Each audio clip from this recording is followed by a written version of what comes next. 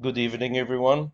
I would like to start our webinar today by the classification of invasiveness. Of course, we have non-invasive, potentially invasive, which practically everything that we are doing in dentistry is potentially invasive, and then the minimally invasive. Then we would shift to the classification of champions for minimally invasive implantation, and we'd have MIMI 0, which is the immediate implantation when we remove the tooth and we immediately place the implant. And there is MIMI 1, which is the late implant after the extraction. By some time, we are placing the implant where there is enough bone.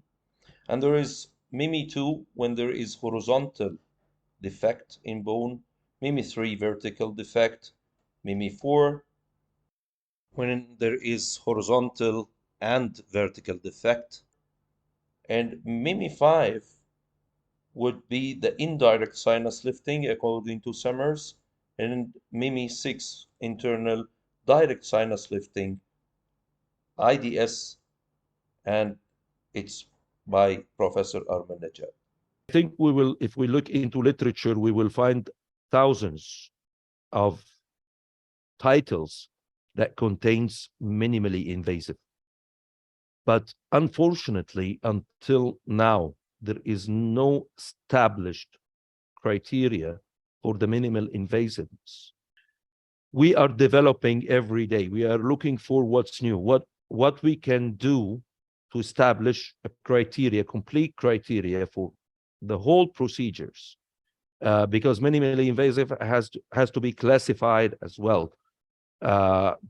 There are sometimes we have to open a horizontal cut using the drill, as we will see. So according to the case itself, we go with the minimally into the tissues. X-rays is considered invasive as well.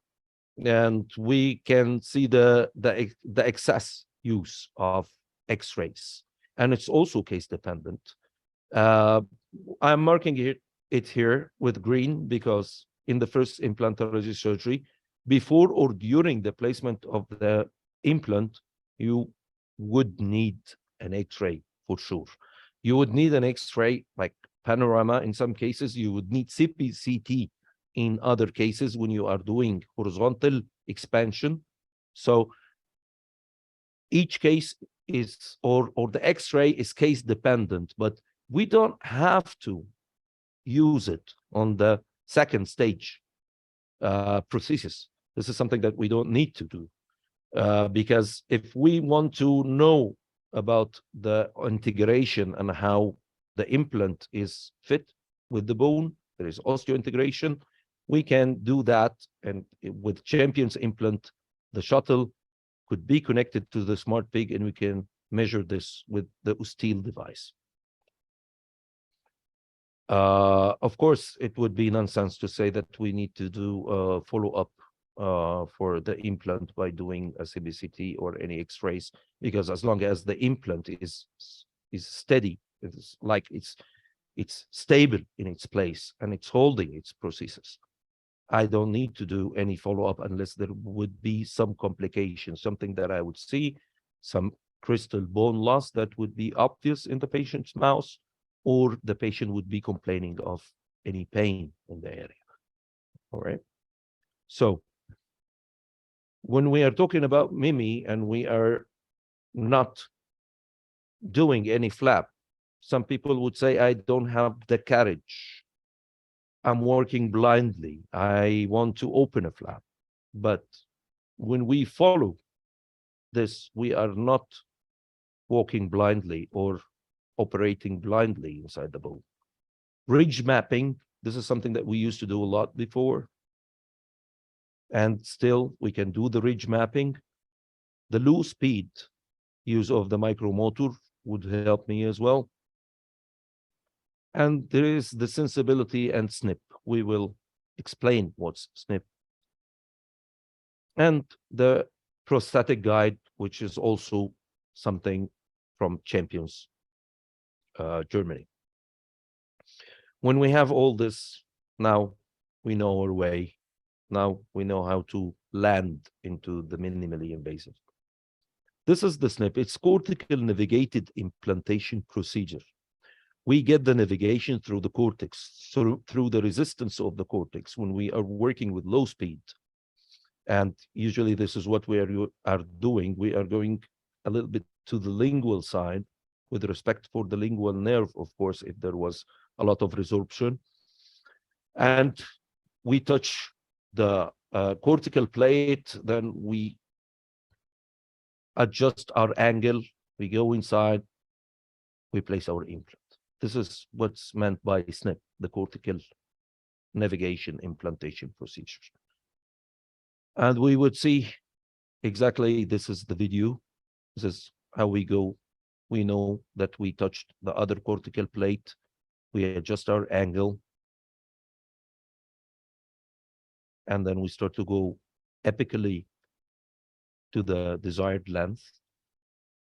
And then we place it, the implant. You will have to have the instruments needed. This is the kit for Champions implant. And we have, and that's why I told you, you don't have to be confused between splitting of MIMI2 and the bone condensation, because we have, other than the drills, we start to have with the drills when we are working, this is minimally invasive, it has to be sharp, it has to be triangle, and you have to start from 1.8. When you are working in D1 and D2 type of bone, you will have to start sequentially, that you will be facing resistance, go into increasing the torque, then increasing the speed of the drill. This is in D1 and D2. In D3 and D4, we can use the condensers. The condensers, you don't have to have an implant that is having a compressive capability, or it would be a compressive implant, because the compression of the bone in D3 and D4 is called also condensation. When you do the condensation, you will have the bone more condensed, and you would do something that we are calling metamorphosis, bone metamorphosis, which changes the bone from D4 or D3 into D2, that is more successful, and it has more successful outcomes according to literature. These are the condensers, and these are the sizes of the condenser. It could be we could work with it manually in D4, or we could use the latchet in D3 and in D2. And we also, when we get more experienced using it, we can also use the condensers with the D3 and D4 with the contra angle or the low speed as the drilling. It has a lot of like advantages when you are doing the condensation. You condense the bone and you do the bone metamorphosis. You change it from D4 to D2, and at the same time, the morphology of the prepared site for the implant would be exactly with the serration of the implant, and that would give you initial stability without pressure on the bone, or with equalized pressure in the part of the serration and on the part in between the serrations. So you will have equal bone stress, which should not be more than 40 Newton. More than 40 Newton, it would be an extra pressure that would cause bone resorption. And less than 30 Newton, it will not be enough initial stability. Okay, so.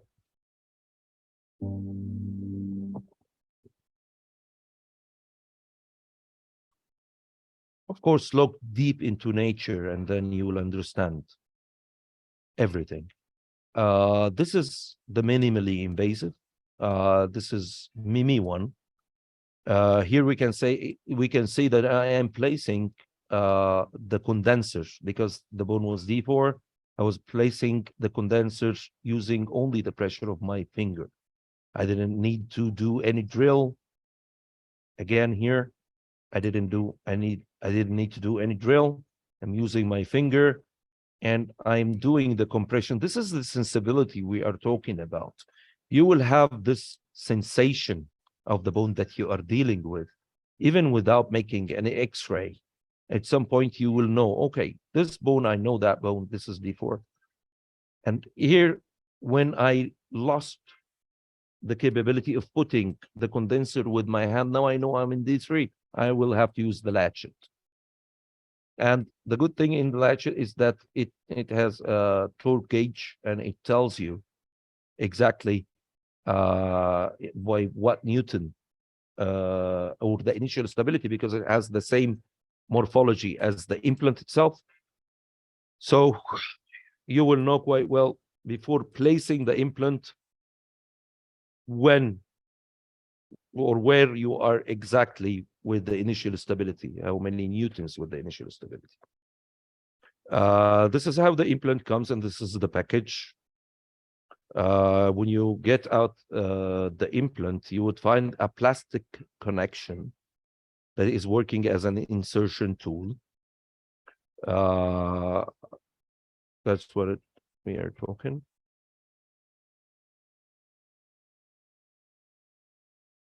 And this plastic connection gets separated from the implant at 20 Newton. So we are placing here with the plastic holder for the implant that comes, the implant comes like that. And you do the insertion. We did not need anything or any special instrument to place the implant until now. And when it reaches 20 Newton, it separates. Then you will have to do the final part and the final adjustment to go into the bone level with the micro threads. The part that would be shown is the shuttle. We are going to discuss the implant structure. That part is called the shuttle that we fit the driver into it. And the shuttle has 5 functions. One of them is placing the implant as well. The implant comes like the implant itself and the shuttle. The shuttle is the connection between the implant and the driver. Of course, that was in Brighton, our last course in Brighton. It was in the May the 17th, 2023. This is the implant that we just placed right now, and please notice that we went into the sinus by closed sinus elevation using these condensers, and that's why I'm telling you it's amazing. And it looks exactly like the implant morphology. It's the same. That's the part that we are talking about. That connection is called the shuttle. And as we have seen right now, this shuttle was insertion tool. And we will have to end our micro threads at the level of the bone. The shuttle does not go into the bone, so do not misunderstand and get it. And if you think that this is the implant, it's not the implant, it's the shuttle. It's just connection that gives you 5 functions. The first function we have seen right now. And the other thing that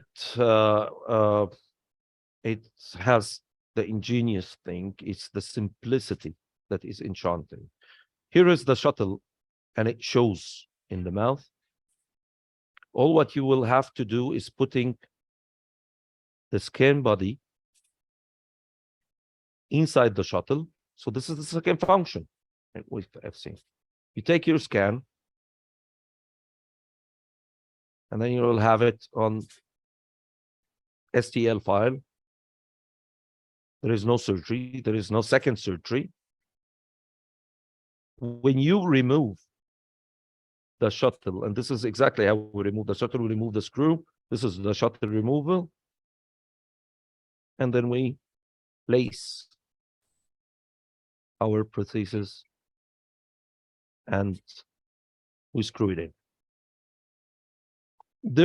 It is scientifically based evidence. There is a scientific based evidence that the manipulation of the implant affects the crystal bone loss.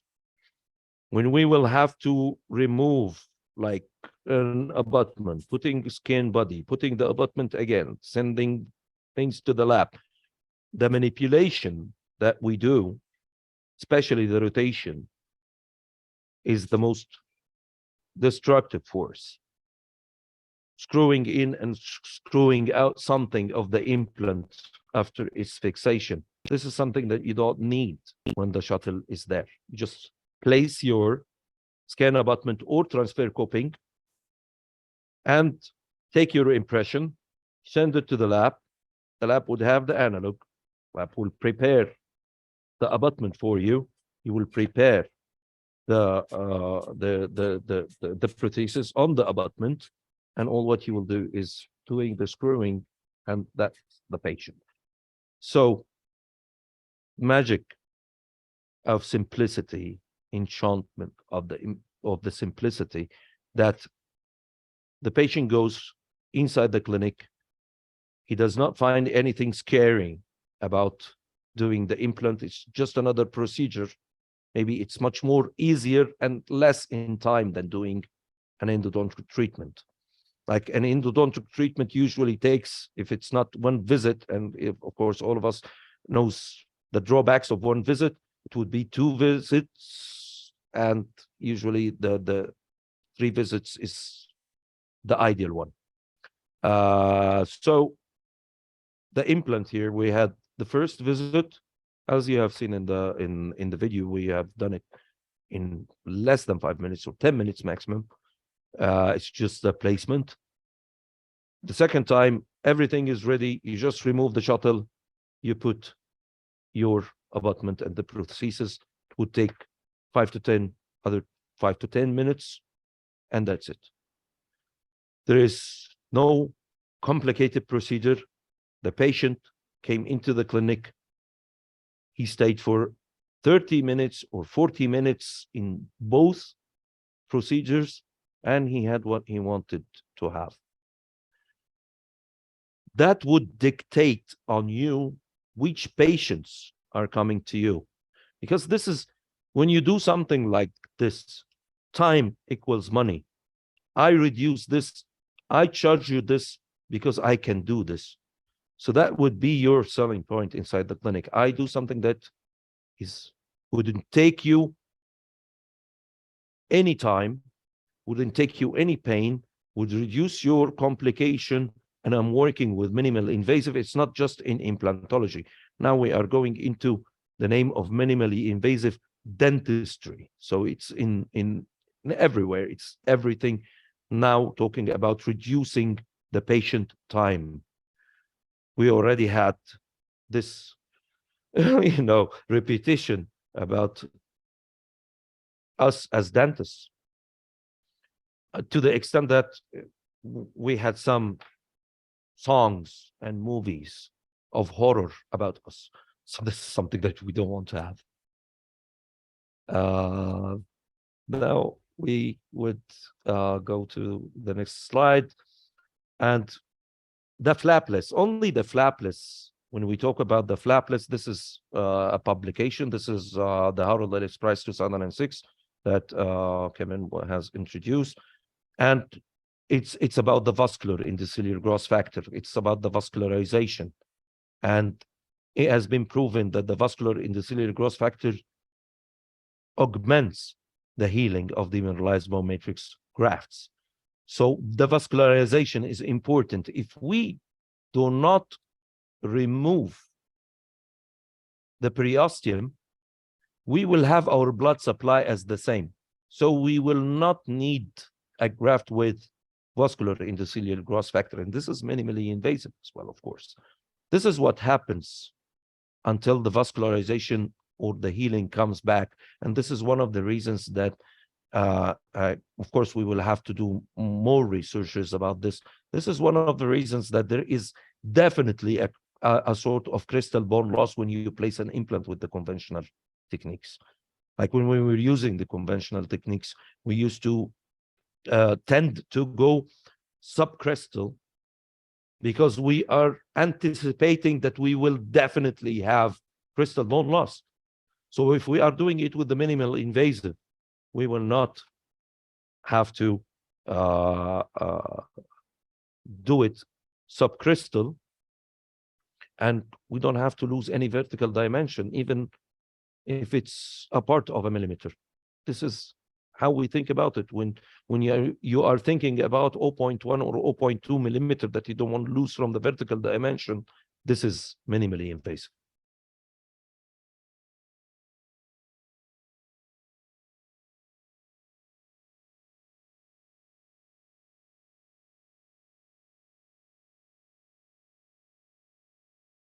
Here we will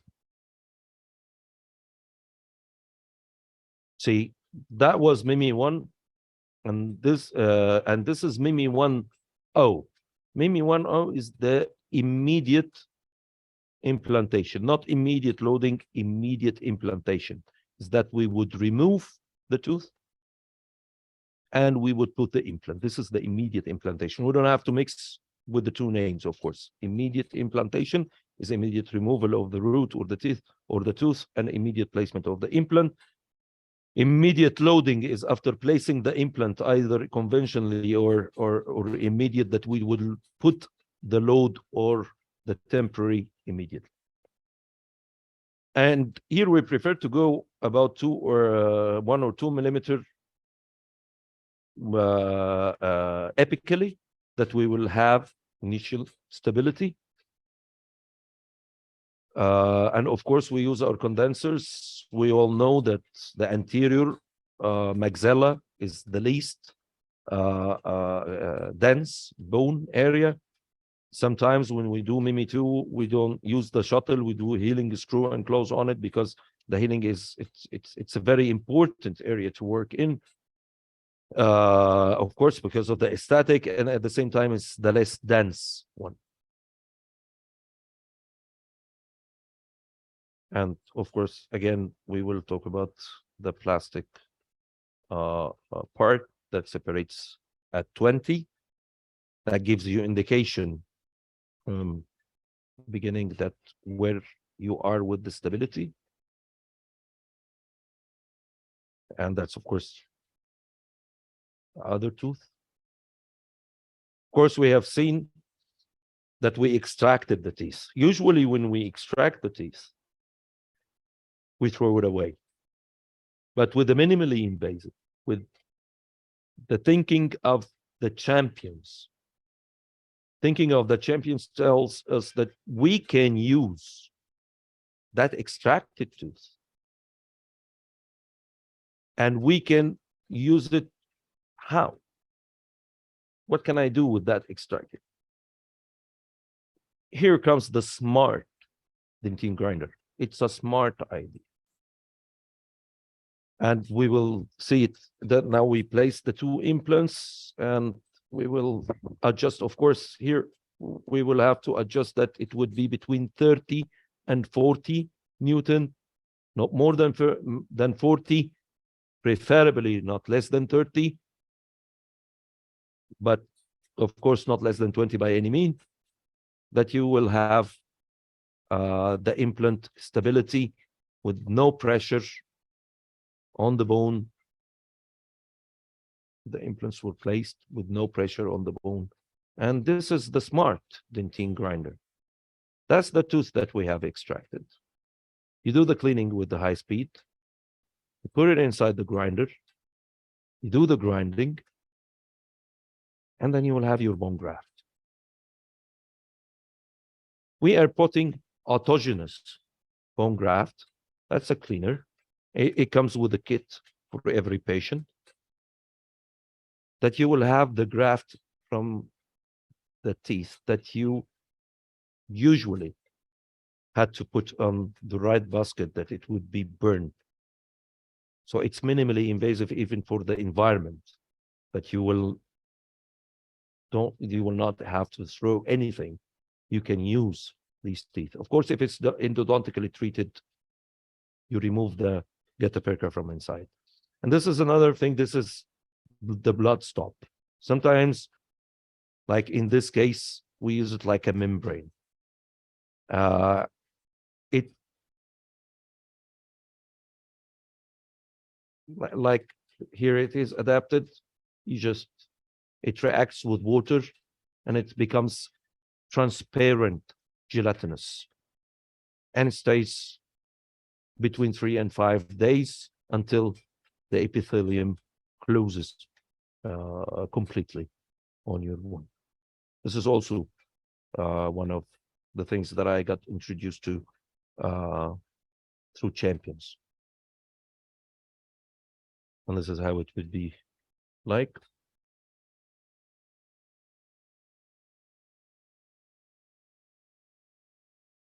And that would be the temporary restoration.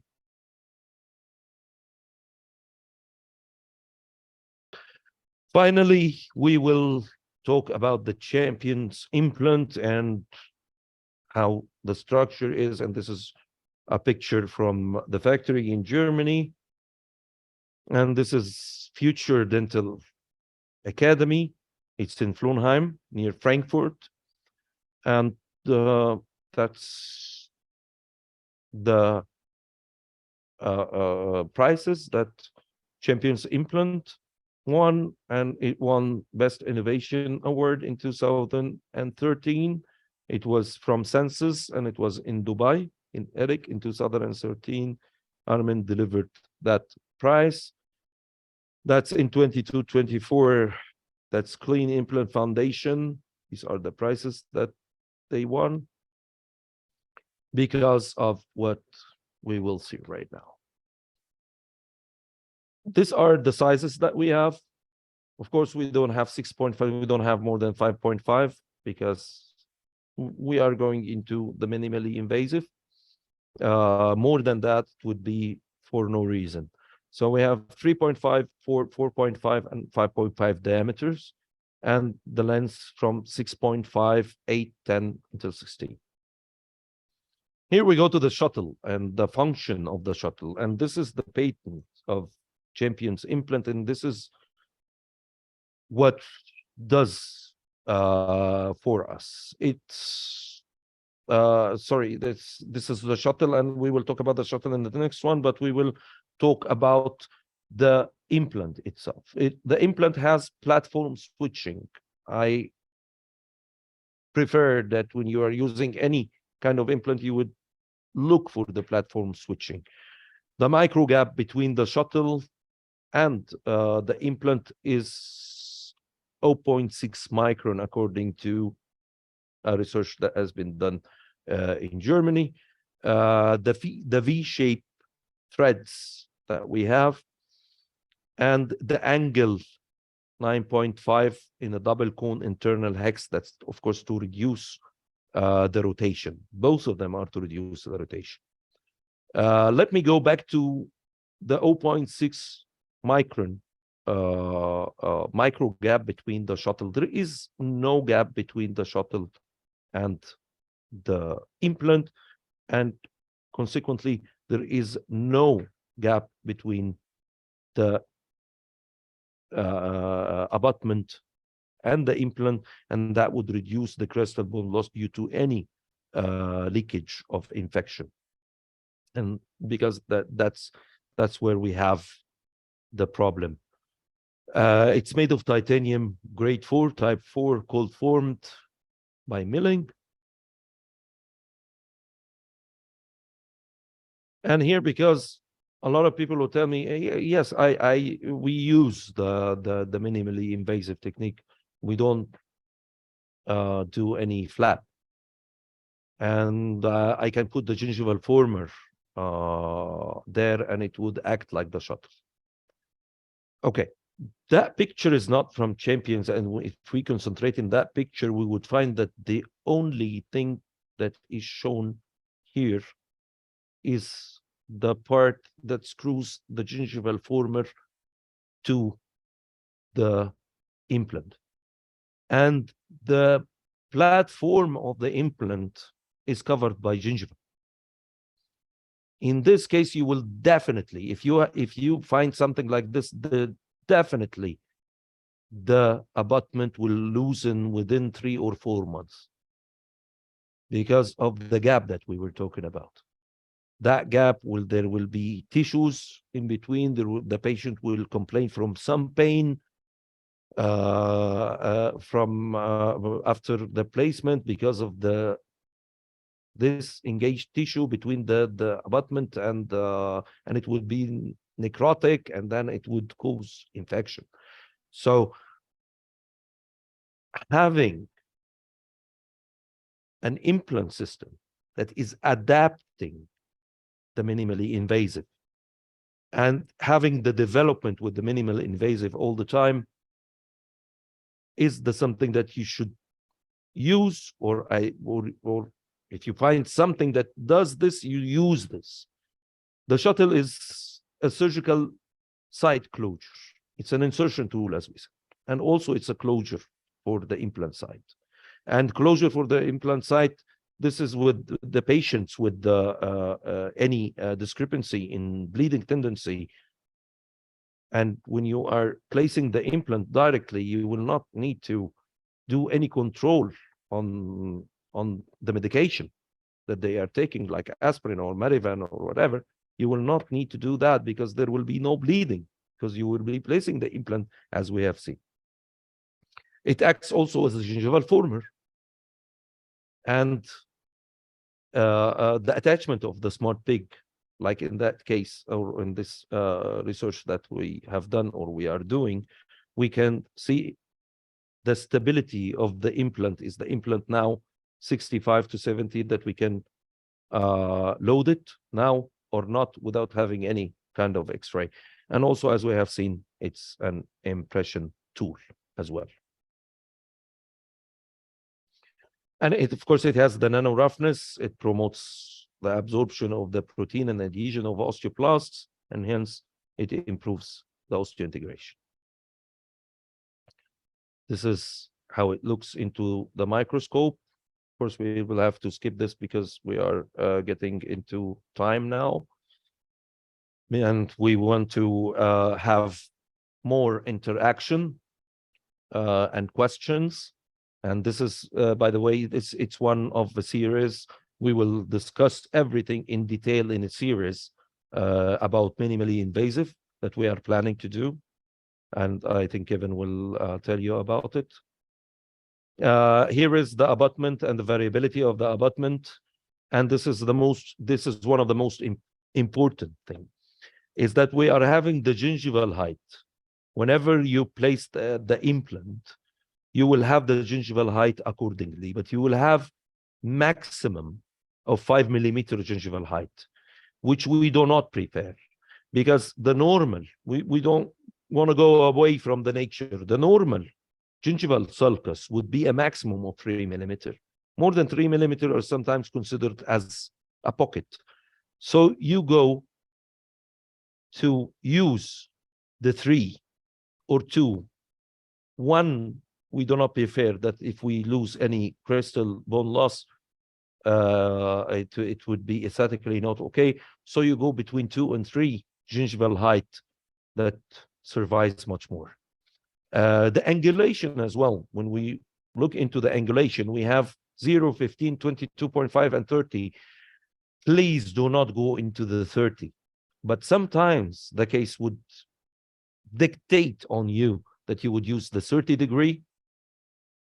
I prefer that the maximum that I use, I manipulate the bone. I can do whatever that I can or have to do with the bone, that I would not use more than 15.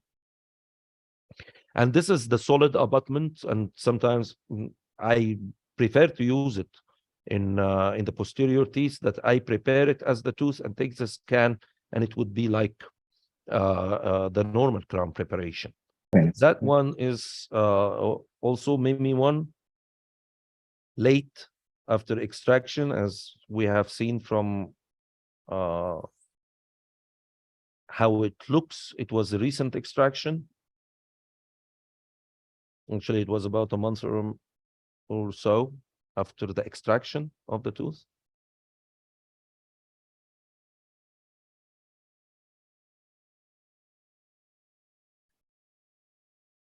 If somebody is commenting on the angle, yes, we made the angle here. We used the 15, and that's why I put this video after telling you about the abutments. We had to do that. The patient have a very deep bite.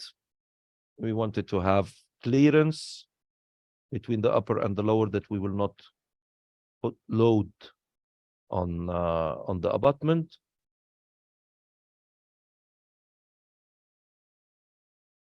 Here is the placement of the abutment of the implant.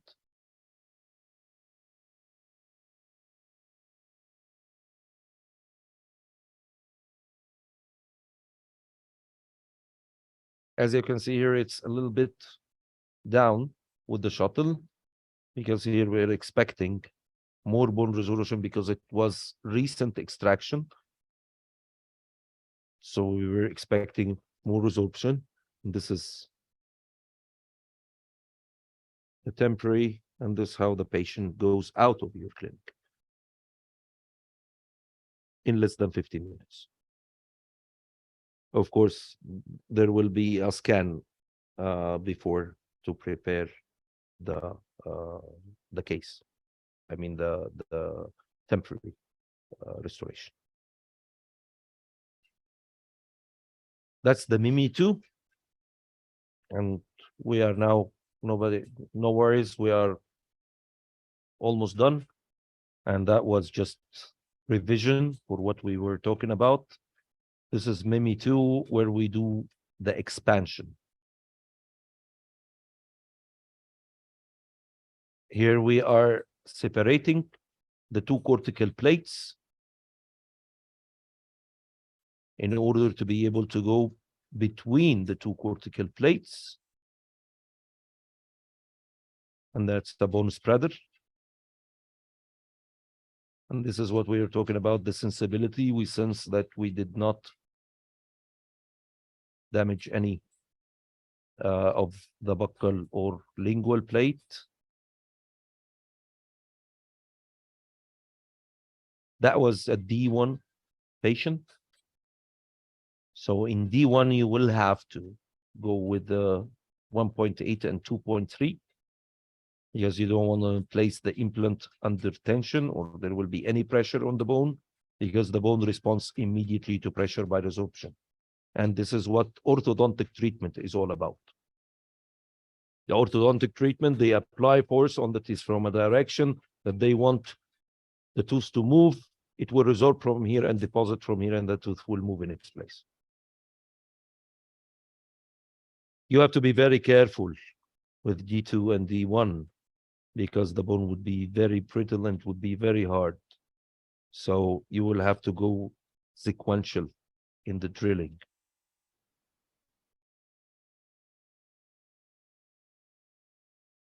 And you will have to do 1 to 2 millimeter with the extra drill, extra diameter of the drill. Like if you are putting 3.5, you go with the 3.8 only for 1 or 2 millimeter, because the most vulnerable part of the ridge is the crystal edge, as we spoke. So you don't want any pressure on the crystal part. The middle and the last 1/3 of the implant, there is remodeling, and it's not vulnerable as the crystal part. So you will have to make a relief 1 millimeter or 2 millimeter at the crystal edge, that there will be no pressure, and it's less than the critical size bone defect, and it heals spontaneously. That case was split mouth technique,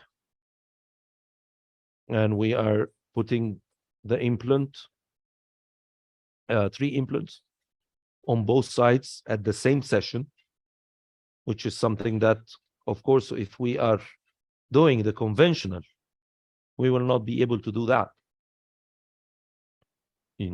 Like it would take us like a surgery of an hour and a half at least, or an hour, to do the flap and do the suturing. And but of course, with the minimally invasive, as we can see, it would take between 25 and 30 minutes, which is the usual time for operation at the clinic.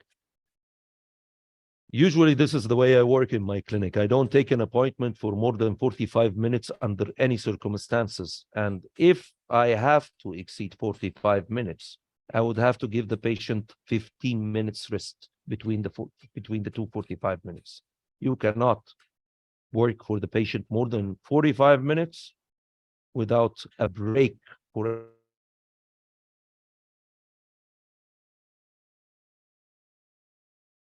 at least 15 minutes. Let him drink, let him relax. We did the splitting, and of course we can see that the bone has the crystal knife edge bone now got separated, and we are having our implant in place. It's not a bone graft that we added here. It's just a sponge because this is less than the critical size defect and it would heal spontaneously. In this case, we preferred not to leave the shuttle inside the mouse because you will have to weigh your patient. If you see your patient with a mobile tongue that you couldn't control with the mirror while you are working, that's when you decide to remove the shuttle. Because when he is having a mobile tongue like that, he will, the patient, they always play with their tongue in whatever that is there in their mouth, and the tongue has a mind of its own, and you might lose the implant just because of something as simple as a hypermobile tongue. So if you see something like that, as in this case, you just remove the shuttle, put the healing screw, and close the wound, and let it heal, and then do the second surgery. Of course, you have to adapt with each case individually. And this is the things that we would be talking about in our series of the minimally invasive method of implantation. And thank you so much for your listening.